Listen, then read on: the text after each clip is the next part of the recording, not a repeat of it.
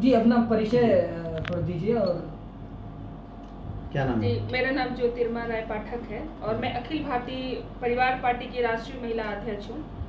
और मेरा मैं यहाँ घोसी लोकसभा 70 की प्रत्याशी भी हूँ और मेरा जो चुनाव चिन्ह है हमें आवंटित किया गया है केतली। किन मुद्दों पर चुनाव लड़ रही हैं और क्यों लड़ रही हैं?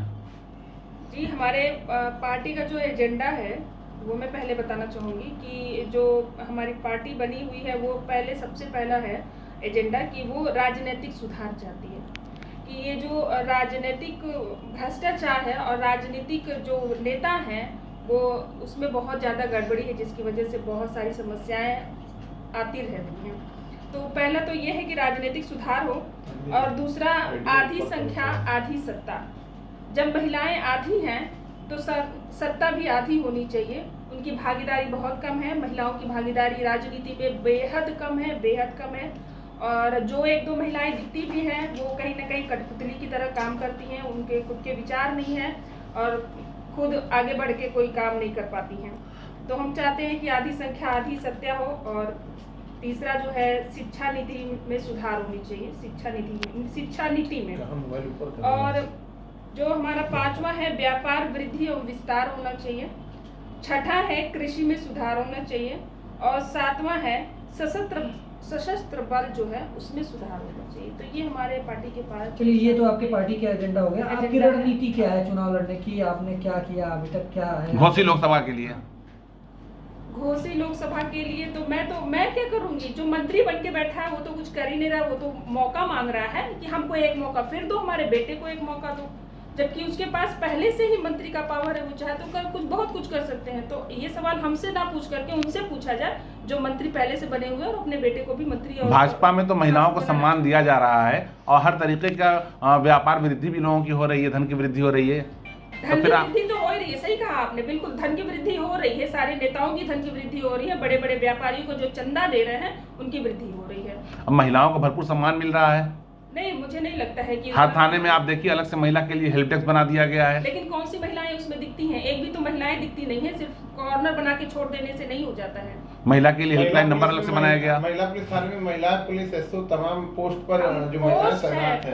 हाँ, सही कहा आपने, पोस्ट है। लेकिन वो जो महिला पुलिस है ना, वो भी किसी न किसी समस्याओं से परेशान है और वो परेशानियां क्या है वो मैं अच्छे से जानती हूँ।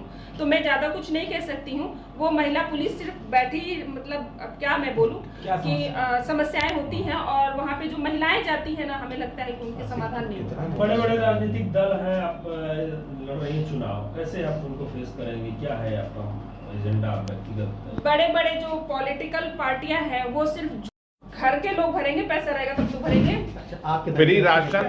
फ्री राशन दिया जा रहा है, फ्री में घर दिया जा रहा है। इन सारी चीजों को आप कैसे नकारेंगे? सड़कों का जाल बिछा दिया गया है।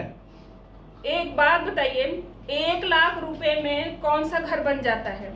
और कहने के लिए 1,20,000 रुपए दिए जाते हैं। 2.5 लाख रुपए दिए जा रहे हैं शहरी एरियो में। ग्रामीण एरियो, शहरी एरियो में 3,10,000 है, ग्रामीण इलाके में 2,60,000 रुपए है।